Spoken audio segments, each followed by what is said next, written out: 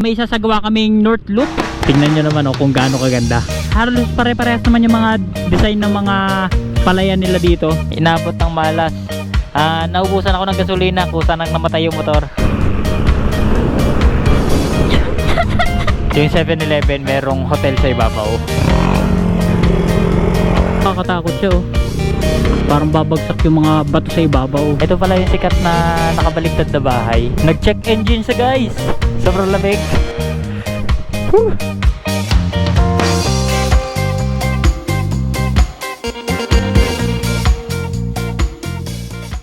So yung guys, di pa kami nakakaalis dito sa Pasay. May problema na agad yung motor. Tumatagas yung langis niya sa gear oil. Pero yun, dahil gabi na rin, wala na rin kami mabibilan siguro. Ito muna gagamitin namin, yung langis ng engine oil. Ang alam ko pwede naman to kasi langis pa rin naman to. Ang oras ngayon is 10:22 PM. Paalis pa lang kami dito sa Pasay. Check ko na rin kung ilang odo ako ngayon bago tayo umalis. 41,342. Check natin yung odo pagka balik natin dito ulit ng Pasay. Magiging biyahe namin, ang first stop is sa may Tarlac Arc, 3 hours and 31 minutes. Halos 41 km din pala to.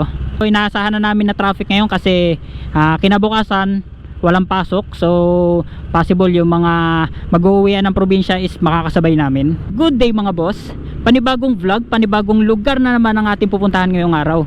For today's video, may isasagawa kaming North Loop. Ang North Loop na to is parang DIY lang kasi hindi naman to katulad ng mga endurance na may mga piling lugar lang, like puro arko lang madadaanan. Itong gagawin naming North Loop is kami ang nag-decide sa mga location na dadaanan. Mag-uumpisa tayo dito sa Malibay Plaza, Pasay City. Tapos babaybayin natin ang kalsada papunta ng Tarlac City Arc. Dadaan din tayo ng Baluarte Watchtower, Luna, La Union. After doon, dadaretso tayo ng Calle Crisologo, Vigan. Tapos dadaretso naman tayo ng San Agustin Church of Baway ng Ilocos Norte. After dun sa may Paway Church, dadaretso tayo ng Bangi Windmill, Ilocos Norte. Tapos yung pinaka gitna o pinaka dulo ng isasagawa nating North Loop sa may Patapat Viaduct. Ito na yung nagdudugtong mula dito sa may Ilocos papunta ng Apari. Yan, dadaretso tayo ng Apari Welcome Arc. Medyo out of way ang Apari Welcome Arc, pero susubukan natin daanan. After sa Apari Welcome Arc, bababa tayo papuntang Tugigaraw, tapos diretso tayo ng Sagada. After ng Sagada, dadiretso naman tayo ng Dayanara View Deck. Tapos after sa Dayanara View Deck, dadiretso tayo ng Planas Rolling Hills of Ramon Isabela. After sa Isabela, hahayaan na natin si Google Map na magbigay ng ruta pabalik ng Malibay Plaza.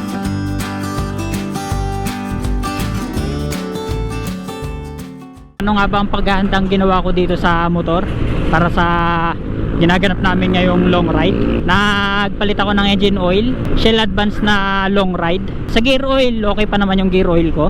Dahil nga issue ng M3 ang malakas magbawas ng langis, kaya nagbaon ako ng pambanto kasi medyo mahaba-habang biyahe ang magagawa namin ngayon. Para sa sarili ko naman, reflectorized vest, yan isa sa napakahalaga niyan para maging visible tayo sa kalsada. Inahanap din kasi ito sa checkpoint. First gas, 195 pesos. Ang first gas ko nga pala is dito na inabot sa may Caloocan, Manila. Dahil dire-diretso lang naman ang biyaheng to, panigurado sobrang layo na nang maaabot ng full tank kong to.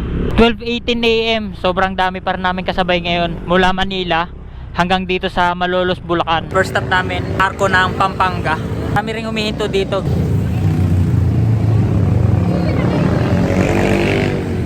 Mag-aalaw na pero sobrang dami ng tao dito.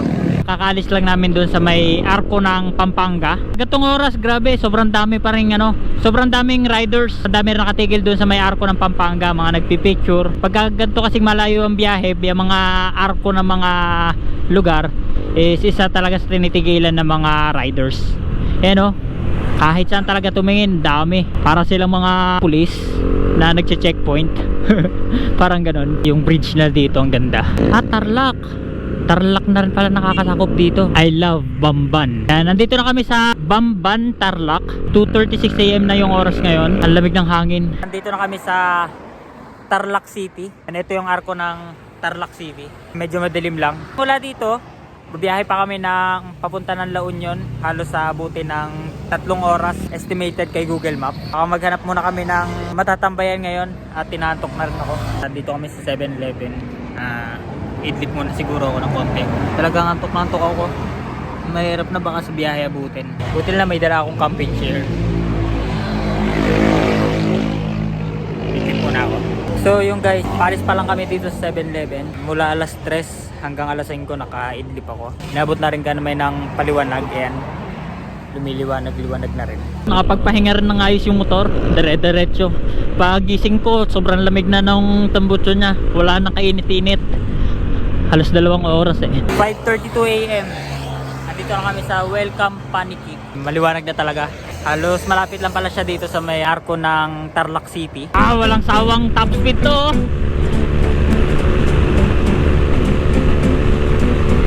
Yan, mula Pampanga hanggang dito sa Tarlac. Yung takbo namin halos lumalagpas talaga ng 100. Halos sumabot yun sa akin ng 115. Yung kalsada nila dito napakaganda. Kumbaga 115 na yung takbo mo pero bitin na bitin ka pa rin. 230 pesos second gas. Dito na ako inabot ng 1 bar sa may Mokada Tarlac. Malapit na daw to sa may Pangasinan. 7:18 AM. Yeah, medyo may kainitan na rin. Nandito na kami sa may arko ng La Union. Tapos sa may kabilang side na yun banda, yun. Alam ko yun yung papunta ng Cannon Road kasi doon kami dumaan nung nagpabagyo kami dati. Malapit lang pala siya sa may papasok ng Cannon Road papuntang Baguio. Magkahiwalay lang siya ng way, pero pag dinare-diretso mo, La Union na ang labas. Mula doon sa arko ng La Union papunta sa may Watchtower, halos abutin ng 2 hours and 10 minutes pa based kay Google Map. Total of 93 km. Welcome to Agu. We are now entering to Agu. Baka magpahinga muna kami sa may San Fernando, La Union. Yung kasama ko is wala pang pahinga yon. Ako medyo nakatulog naman pero kulang pa rin. Kaya sasabayan ko na rin siya ng pahinga rin. Medyo malayo-layo pa ng konti pero ang nakapin kasi sa akin is yung Watchtower sa La Union. Pero yung San Fernando medyo nasa kalagitnaan mula dito sa Agu. Kakapasok lang namin sa may arko ng Agu. So yung guys, hindi ko alam na may kakilala pala tong kasama ko dito sa may bandang San Fernando, La Union. Kinausap niya na baka po pwede kaming makituloy muna para makapagpahinga tsaka makaligo rin saglit. Tapos yun, after namin magpahinga, rekta na ulit kami sa aming biyahe. Kakatapos lang namin magpahinga. Inabot na kami dito sa may San Fernando, La Union ng 4:52. May nabago sa plano. Ang plano kasi papahinga lang tapos biyahe kami papunta ng Watchtower, Bigan, Ilocos. Kaya lang ang problema, tinansya namin yung oras, aabutin kami ng gabi sa may Pagudpod. Sayang naman kung hindi namin makikita ng liwanag yon. Kaya ang gagawin namin, dito na kami magpapalipas ng gabi sa may San Fernando. Tapos madaling araw alis kami para bumiyahe papuntang Bigan. Pero ngayon, kung anong pwedeng puntahan dito sa La Union, pupuntahan namin ngayon kung ano ang kakayanin. Para pag-alis namin bukas ng madaling araw, diretso ang biyahe namin. Agahan na lang. Itong kasama ko is wala pa rin kasing tulog. Nag-check siya kanina ng panggilid. Nagkaroon pala ng tama yung kanyang pulley. Yung pulley niya is may crack. No choice talaga, kailangan palitan kasi mahaba-haba pang biyahe to. Medyo napagastos pa. 4K ang inabot. Wala kami magagawa kailangan niyang palitan kaya napabili. Ngayon, ang uunahin namin is, ang nakapin sa akin is Lalo na Watchtower para mabawas-bawasan yung aming lalakarin bukas. Antok na antok tong kasama ko. Simula pa kasi nung umalis kami kagabi, wala pa siyang pahinga. Ay, may pahinga pero wala pa siyang tulog. Gaya kaninang madaling araw, yan, nakatulog ako 7-11, siya hindi siya natulog. Inayos siya sa motor niya, mga gamit niya. Tapos nung nagpunta kami dito sa bahay nila sa may San Fernando, kaproblema yung panggilid niya. Ako, kumpleto tulog ko. Tama-tama lang yung gagawin namin na magpalipas na lang ng gabi muna dito para makapagpahinga rin siya. Hanggang dito sa may San Fernando, inabot na rin kami na 300 km mahigit. Talagang nagbabawas siya ng langis. Nagbabawas yung Mio natin. Alam ko namang normal yon kay MIUI sa mga M3. Pero itong sa akin medyo parang may kalakasan na rin. Bili muna kami ng buko para magising-gising siya. Ito guys, may nabili kami dito. Ang tawag nila dito is tupig. Gawa daw ito sa malagkit na bigas at saka sa buko. Ano lang siya, iniihaw siya guys. Masarap siya, para siyang suman na may nyug. Makipagpalit muna tayo ng motor. Parang laruan sa kanya yung motor ko, liit. Sarap siya i-drive. Parang hirap na hirap siya sa motor ko. Ang liit kasi ng motor ko compare sa motor niya. Nakakatuwa talaga tingnan yung motor natin kapag dinadrive ng iba. Mas na-appreciate ko yung itsura niya. Napansin ko sa motor ko, medyo may usok pala siya. Kaya siguro ang lakas na niya kumain ng langis ngayon. Napansin ko na yan dati, nagpalit ako ng pipe. Akala ko sa pipe lang. Pero yung pipe ko kasi medyo matagal na rin. Lagi ko rin nagagamit sa malayo. Pero until now mayroon pa rin siyang lumalabas na hindi naman kalakasan pero may lumalabas na puting usok. Welcome to Luna. Kaya malapit na tayo guys. 6 minutes na lang nandun na tayo sa may watchtower. Kaya ako lang naman gusto pumunta doon. Syempre isa kasi yun sa pag sinabi mo kasing La Union, isa yung watchtower sa talagang kilala pag doon sa atin. Ito na, natatanaw ko na yung watchtower. Tabing dagat pala siya. Daming tao. Ito na yung La Luna watchtower. Ayan. Halos nasa tapat lang pala siya ng dagat. Tapos ayun saktong sakto pala dito yung sunset. Tanaw na tanaw dito. Ito pakita ko. Ayan yung sunset. Ang medyo madilim na. Ayan o. Ayan o. Saktong sakto sa harap. Hanap lang tayo ng pwesto para makapagpa-picture. Beach pala talaga siya. Ayan ito yung tapat o.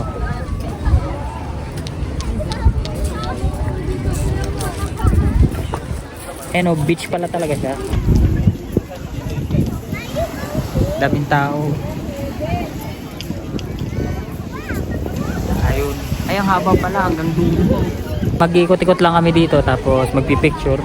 Tapos try namin isunod dito yung man-made forest. Ito na yung man-made forest. Akala ko hindi na siya madadaanan. Along the way lang naman pala siya. Parang normal lang siyang kalsada na may mga puno sa gilid. Nakakabilib lang dito is gawa to na tao. Sila nagtanim ng mga punong yan para mabuo tong tinatawag na man-made forest. Inabot ng malas.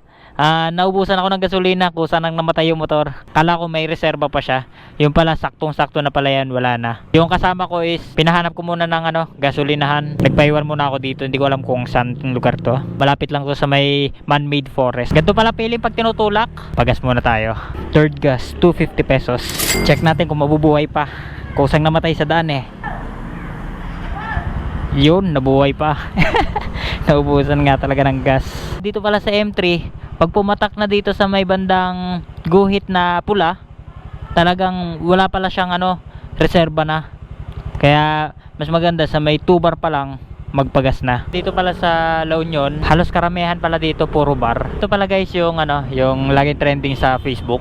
Yung 7-Eleven merong hotel sa ibabaw. Good morning guys. Palis pa lang kami dito sa San Fernando, La Union.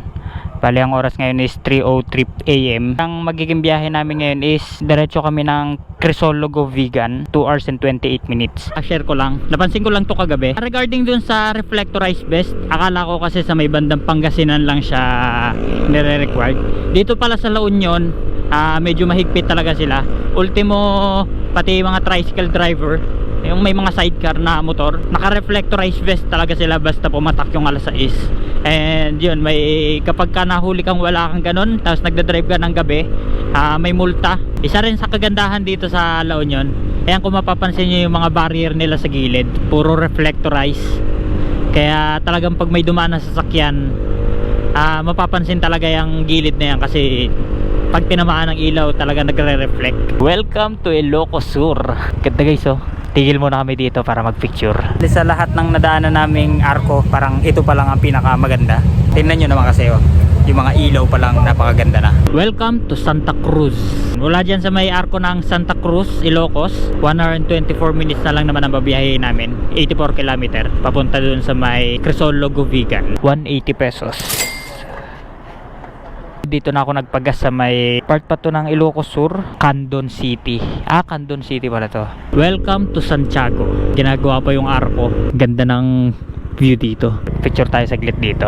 Dito pa lang kami sa may bandang Santa Maria, Ilocos. Dito na kami inabot ng liwanag. Napatigil lang kami gawa ng ang ganda ng view. Based kay Google Map, ito na daw yung West Philippine Sea. Hindi ko naman sure. Nakita ko lang kay Google. Ito yung mga motor namin oh. Grabe, puro kargado ng mga gamit. Ang sarap sa balat ng sunrise na to. Wow. Tignan nyo yung itsura ng mga bundok. Para siyang dinggalan. Hindi ko alam kung anong tawag dyan sa bundok na yan. Grabe, napakaganda oh. Parang tatagusin mo yung gitna ng bundok. Wow! Mas maganda pala dito oh. Grabe, ang ganda guys.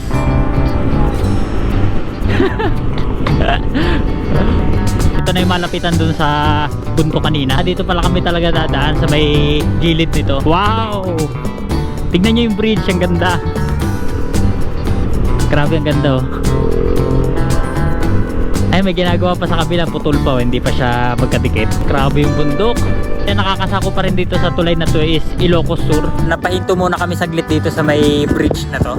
Tignan nyo naman kasi kung gaano kaganda.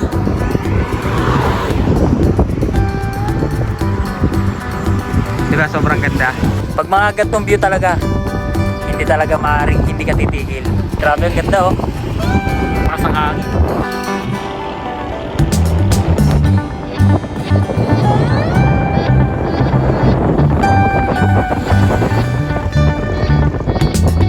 kakaalis lang namin doon sa bridge. Inabot na kami ng 7:12 AM. Yung plano, dapat mga alas 4 or alas 5 dapat nasa Vigan na kami.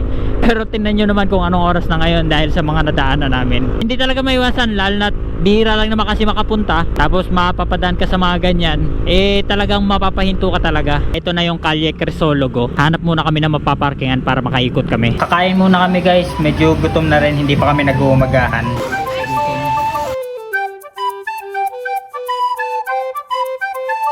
Andito na kami sa Calle Crisologo. Ay, may mga kabayo. Yung pagkakayari ng mga bahay dito parang mga sinauna pa rin. Parang pin-reserve na talaga nila para maging tourist spot ng mga tao dito. Sikat na sikat to dahil sa ito yung pinaka-struktura nila. Vintage yung mga bahay dito. Kaliwat kanan may puro may mga nagtitindang mga souvenir. Sabi nila mas maganda daw dito pag gabi kasi may mga ilaw. Pero kahit gantong oras naman maganda rin naman, ang daming alat tao. Mag-iikot-ikot lang kami saglit dito, tapos after dito baka dumaretso na kami ng Poway Church. Medyo mainit na rin kaya hindi ko alam kung magtatagal kami doon, pero for sure titigil kami kasi magpipicture kami doon.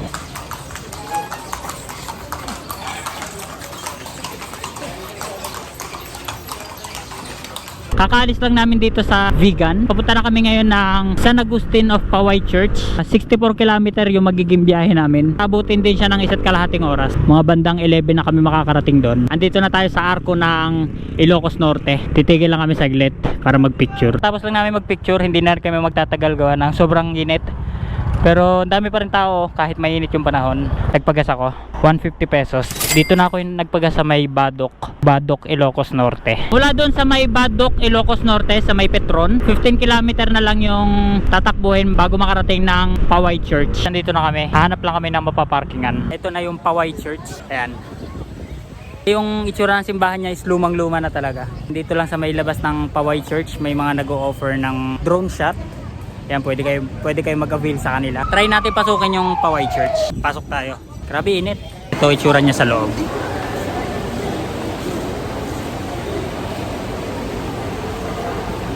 Ayan, di naman siya kalakihan pero halatang halata dito na medyo luma na yung simbahan.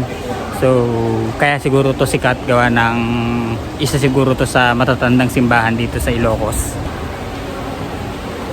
Kakaya. May mga nagdadasal.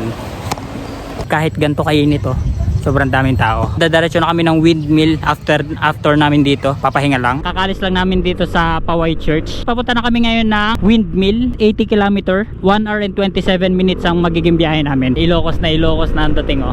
Haba ng bridge na to. Eto guys, oh, nadaanan namin. Hindi pa kami nakakarating ng windmill. Yung mga sasakyang ginamit pandigma andito. Saglit lang kami dito, hindi kami magtatagal gawa ng aabutin kami ng gabi pag nagtagal kami dito. Dadaan pa kami ng Patapat Bridge. Ito guys yung pinaka umagaw ng pansin ko nung nagmamaneho, jet fighter. Tapos ito barko, mga owner na may pang rat-rat. Ito pang tow. Mga tangke. Ito mukhang barko. Wala namang entrance, libre naman. Hinahayaan naman nila na makapasok ng libre yung mga gustong tumingin, gustong masilayan yung mga sasakyan na to. 140 pesos. Dito na ako naggas malapit sa may windmill. Andito na kami sa may windmill. Ito nga pala yung windmill ng Ilocos. Meron kasing windmill malapit lang sa amin sa may bandang Rizal, sa may Antipolo. Medyo makipot lang pala yung daan pag papasok dito. Tapos Malikabok. Tignan nyo kung gaano karami tong windmill na itinayo, oh. Hanggang dun sa dulo. Meron pa dun sa kabila. Ayun. Sobrang layo. Grabe, sobrang dami. Ayan, oh. Tingnan nyo naman kung gaano kataas yung isang pirasong to. Eh, napakarami pa niyan. Akala ko katulad lang to nung sa may Pililla Rizal na ilang piraso lang. Pero ito, sobrang dami pala. Tapat pala siya ng dagat. Itong mga windmill na to. Ayan, grabe ang taas, oh. Mag-iikot-ikot muna kami. After dito, pupunta naman kami ng Patapat Bridge. Picture lang kami muna dito. Papalis na kami. 4:38 na kasi ngayon. Dadaan pa kami ng Patapat Bridge. Andito na tayo sa Pagudpod. Ang sunod na nito is yung Patapat Bridge na. Wow! Napakaganda, oh. Grabe ang ganda. Ito na yung Patapat Bridge. Kilala rin bilang Patapat Viaduct. Tingnan nyo naman kung gaano kaganda. Tabing dagat siya. Daming tao. Grabe ang ganda, oh. Ginawan talaga ng bridge para magkaroon ng daanan yung mga sasakyan. Tapos yung bundok dito sa gilid, napakataas din, oh. Saktong-sakto lang din ang dating natin. Hindi na siya mainit. Yan yung itsura ng Patapat Bridge. Medyo mahaba rin pala siya. Pinakita ko lang sa inyo yung itsura nito. Hahanap din ako ng spot para makapag-picture ako kahit dito na siguro. Tingnan nyo naman, oh, kung gaano kaganda. Hanggang doon, dagat na dagat yung makikita nyo sa gilid. Tapos sa kabilang side naman, napakatataas na bundok. Yung ibabaw ng bundok, oh, humahamog para siyang umuulan, pero hindi yan umuulan, hamog lang. Tatambay muna kami, magpipicture kasi minsan lang naman makapunta dito, sayang naman. Ganda, oh. Ito na yung masasabi kong kalahati nung loop na ginagawa namin. Itong Patapat Bridge, bababa na kasi tayo papuntang Sagada. Papakita ko sa inyo na itong maliit na motor na to, nakilala bilang kumakain ng langis, ay gagawing basic ang North Luzon Loop. Sobrang dilim pala dito sa may makalagpas ng Patapat Bridge. Tapos wala mga ilaw. Buti na lang malakas ang ilaw natin. Mas madilim pala dito sa baba pa. Kanina pa ako lumulusong dito. Tapos iilan lang yung mga nakasalubong ko. Wala rin akong kasabay, gawa ng nauna na yung kasama ko. Mag-isa lang ako dito sa kalsadang to. 175 pesos. Andito pa rin kami sa Cagayan ngayon. Yan, nagpahinga lang kami kasi saglit kagabi. Kaya lang napasarap yung pahinga. Nagdire-diretso hanggang gantong oras. Alas 4 na ng umaga ngayon. Ang target pa naman sana namin is sa may bandang Sagada na kami magpapahinga. Kaya lang dito pa lang inantok na rin kasi. Tsaka gabing-gabi na rin kasi noon. Kaya yun, pahinga muna kami saglit. Tapos yun nga lang, napatagal. Pero yun, ngayon biyahe na ulit kami padiretso ng Sagada. Ito yung daan papunta ng, kung sasadyain namin yung Apari, yan medyo malayo-layo pa. Pero kami, dito na kami pababa ng Tugigaraw. Look at the mountain. Grabe, oh. Puro habog pa siya. Ano pa lang kasi ngayon, 5:51 AM. Nagpagas tayo 140 pesos dito sa may Cagayan pa rin yata nakakasakop dito. Hindi tayo makakadaan na Apari Welcome Arc. Pero nakadaan naman tayo sa Apari. Hindi lang tayo nakapagpa-picture doon sa Apari Welcome Arc. Kakain pa kasi siya ng oras. Pero ang makikita lang kasi doon, arko lang. Yung dinaanan naman natin is part din ng Apari. Okay na siguro yun. Nadaanan lang namin, oh. Grabe, ang ganda. Putol na yung daan dito pero tatry namin puntahan to. Silipin lang namin. Grabe, ang ganda, oh. Mahaba pa pala tong daan na to, no? Pero wala na sa Google Map. Pati sa kabila meron, eh. Damuhan na, eh.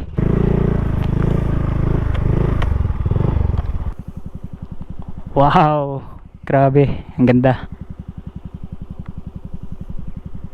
Tignan nyo yung daan dito. May mga nakalawit pa, mga bakal. Ang galing. Binutas nila, oh. Tapos ginawang daan. Kaso nakakatakot siya, oh. Parang babagsak yung mga bato sa ibabaw. Sa biyaheng to, talagang busog na busog yung mga mata namin sa mga view na nadadaanan. Tignan nyo naman, oh, kung gaano kaganda yung bundok na yan. 148 pesos full tank. Andito pa kami sa Kalinga. Oh, ito pa isa, oh. Binutas nila yung pader para may maging daanan. nandito pa lang kami sa Tagudin. May nakita kaming ano dito, patubig. Diretso yata yan sa mga palayan dito. Nagilamos muna kami at antok na antok talaga. Shortcut tong daan na to, pero ang tagal mo pa rin para makakarating, gawa ng ginagawa yung mga daan. Tapos yung iba hindi pa simentado. Ang yaman nila sa tubig dito. Itong mga nasa tabing kalsadang pader, may mga lumalabas na tubig. Pwede ka na maglagay na lang ng hose, or halimbawa maglilinis ka ng motor, lalagay ka na lang ng hose, tapos yun, anli tubig na. Grabe oh, ang taas. Wow, di ko akalaing madadala ko yung motor ko sa ganito. Layo pa namin, pero malayo na. Oh grabe, ang ganda oh.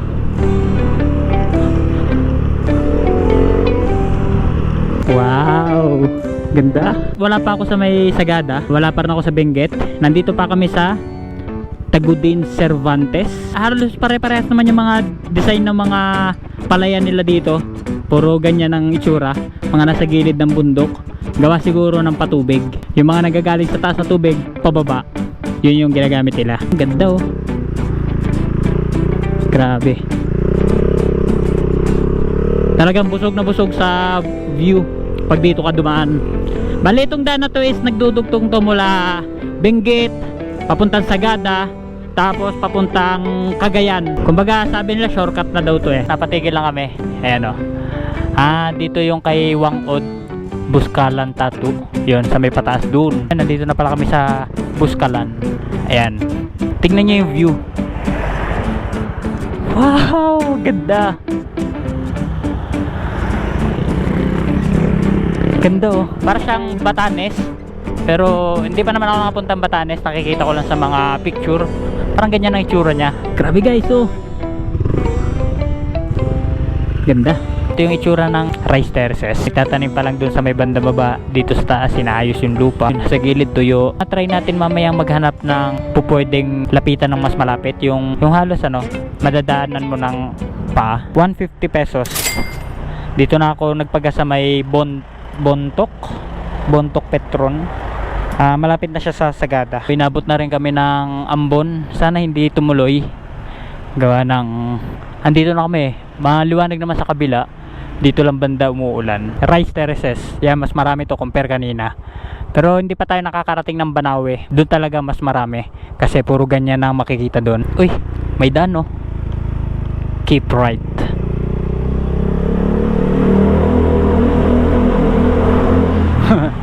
Okay Sagada Mountain Province. Ang Pasagada daw 12 km pa. May daan din naman dun sa kabila, pero mas mabilis daw ang daan dito. Pagtaas nyo dito, meron ulit welcome sa inyo na signage. Welcome to Sagada. Ito pala, napakataas pala. Wala naman problema sa motor natin yung, kasi kayang-kaya naman niya kahit matatarik na paahon. Mas malamig ang klima dito compare dun sa baba. Buti na lang nakisama yung panahon. Ayan o, tumila siya. Ito pala yung sikat na nakabaliktad na bahay. Along the way lang naman pala siya. Yung pinto nasa taas, yung bintana nasa baba, tsaka bubong. Bali ito yung coffee shop. Tapos kainan din yata yung loob. Saktong-sakto yung view nito sa Sea of Clouds. Kahit gantong mainit, merong hamog. Napadaan lang naman kami. Tataas na rin kami. Ang ganda ng paligid dito sa taas oh, puro pine tree. Kung pupunta pala kayo sa Hanging Coffin, kailangan nyo muna magpa-register. Papa-register muna kami. Meron din daw doon sa kabilang entrance. Tapos dito yung isa. Sa registration pala, may bayad din. Magbabayad kayo ng 100 per head. Tapos may orientation doon, papaliwanag kung ano yung mga dapat gawin. Tsaka doon yung makikita yung mga yung mga tourist spot dito. Bibigyan naman kayo ng parang booklet. Medyo malayo pala yung Hanging Coffin. Lalakarin mo talaga. Bali, cemetery yung dadaanan. Tapos sa dulo pa yung Hanging Coffin. Ito palang pwesto namin ngayon is tinatawag na Eco Valley. Kapag daw may ililibing dito na bagong patay, sumisigaw muna daw sila. Kumbaga paalam daw doon sa naunang inilibing. Layo. Walang mayaman dito. Almost the same yung mayaman at mababang tao sa Sagada. Once dumating ang kabaong dito, gumawa kami ng scaffolding, yung hagdan. Once nagawa yung hagdan na yan, yung dalawang matanda umakyat sa scaffolding. Then butasan nila yung bato na yan. Bakit maiakyat doon sa taas for safety? Para hindi makakyat ang wild animals doon. Yung espiritu nila mabilis na magpaibot-ibot sa nature. Hindi katulad sa cemetery na 6 feet under the ground. Sa Hanging Coffin, good for 10 bucks. 300 pesos. Hindi ko sure kung makukuha pa natin ng video ng maliwanag yung Banawe Rice Terraces. Padilim na rin kasi. Pero ganito yung itsura niya. Kaya kung sakali man hindi na mabidyoan, ganito yung itsura niya. Doon pa rin ang daan namin sa Benguet. Yun nga lang, baka abutin kami ng gabi kasi kakain pa kami ngayon. Andito pa kami sa Sagada. So, nagkaroon ng check engine yung motor ko. Code error 46. Baka nasira ang rectifier ko. Pero obserbahan ko pa. May napansin ako dito sa motor ko regarding dun sa lumabas na check engine 46. Pag nakapatay yung MDL, ayan, lumalabas siya. Pag may ginagamit ako na MDL, tingnan nyo, mawawala yan. O, diba? Baka nagka-problema lang siguro sa wiring. Check ko na lang pag nakauwi. Nandito pa lang kami sa Nueva Vizcaya. May isa tayong hindi rin mapupuntahan, which is yung Isabela, yung kasi view deck yun. Syempre wala na yung paggabi, pero hindi naman masisira yung loop natin kasi itong Ifugao tapos baba ng Benguet tapos padiretso na Malibay, hindi naman masisira yung loop kasi buo pa rin. Grabe dito, sobrang lamig. Ang haba pala nitong mountain province na to papunta na Ifugao, tapos liblib, walang kailaw-ilaw. Ang gas ko kakalahati na. Sana umabot. Naka t-shirt tapos naka jacket, tapos nakasuot din yung talukbong sa ulo, tsaka naka helmet. Tagos pa rin. Grabe lamig. Based kay Google Maps, sobrang layo pa nung bayan. Hindi pa sure kung bukas yung nag-iisang gasolinahan na madadaanan doon. So ang ginawa ko, bumili na ako dito ng Debote. 75 pesos 1 litro. Mahirap na, baka doon ako sa buntok abutin. Sobrang lamig. May truck sa likuran namin. Ang bilis siya magpatakbo kahit sa paliko. Samantalang kami, ang bagal namin, nakamotor na kami. Mas mabilis pa siya sa amin. Eh ngayon, nasa likod namin siya. Eh parang humahabol sa amin. Kaya binibilisan din namin. Ang lamig! Ang haba ng daan na to. Wala na, pre! Magaling mag-cornering, pre! Wala na. Nasa likod ako, di ba? Putang ina, ang bilis! Nagulat nga ako, nakababa kasi side mirror ko. Pag harap ko, may malaking truck sa likod ko. Binilisan ko eh. Nawala yung truck sa likod namin. Grabe ang bilis niya magpatakbo. Kahit sa kurbada. Eh ang haba ng truck na yon. Tapos sa kurbada, ang bilis niya. Kung hindi ano siya, baka lokal siya dito. Pero kakatakot pa rin. Dito na kami sa Banawe. Kakapasok lang namin. 10:25 PM na nung nakarating kami dito. May natitira pa kami 341 km bago makabalik ng Pasay. Pagas muna ulit tayo. Gawa ng Debote yung pinagas natin kanina, 90 pesos. Nag-adjust ako ng MDL ko. Pinalapad ko siya ng konti. Gawa ng nahirapan ako sa kurbada kanina. Naka-focus kasi siya sa gitna. Pagliliko, hindi ko nakikita yung gilid. Kaya yan, in-adjust ko ngayon para mas malawak yung nakikita ko. 7-Eleven dito sa Bamban, Nueva Vizcaya pa rin. Inabot na naman ng antok at saka pagod. Kaya nagpahinga ulit. Tapos inabot na naman kami ng madaling araw ulit. 4:20 AM na nung magising kami. Yan. Paalis na rin kami. Paalis lang namin doon sa may 7-Eleven sa may Bamban, Nueva Vizcaya. Halos estimated na lang naman 6 hours na magiging biyahe namin bago kami makarating dun sa Pasay. 246 km mula dito. Medyo pagod na rin talaga. Ilang araw na kami nagmamotor. Gusto ko na rin talaga maligo. Sa total gas consumption, ilalatag ko na lang dyan yung mga details. Siguro kukuha na lang ako ng clip para sa mga magagastos ko pa sa gas kasi malayo pa kami. Pero tingin ko hindi na siya kalakihan. Gawa ng dire-diretso na naman yung biyahe namin hanggang Pasay. Huwag lang abutin ng traffic. 141 pesos. Dito na ako nagpagas sa may Kantape daw. Sarap ng araw. Grabe, sobrang lamig dito. Tagos sa jacket ko yung lamig.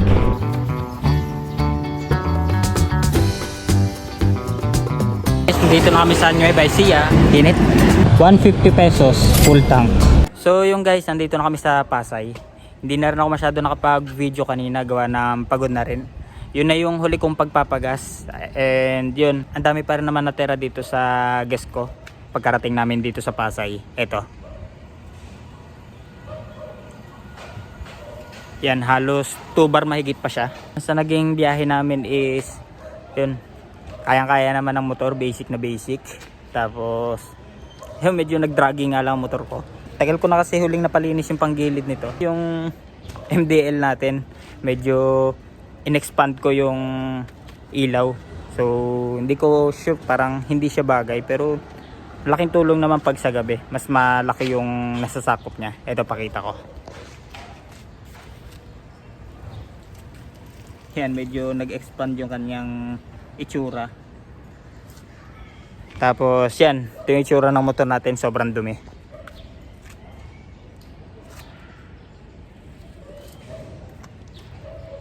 Ayan.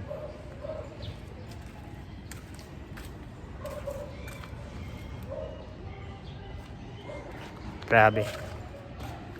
So yun, dito ko natatapos itong vlog. Yun, yung naging biyahe naman natin is successful naman.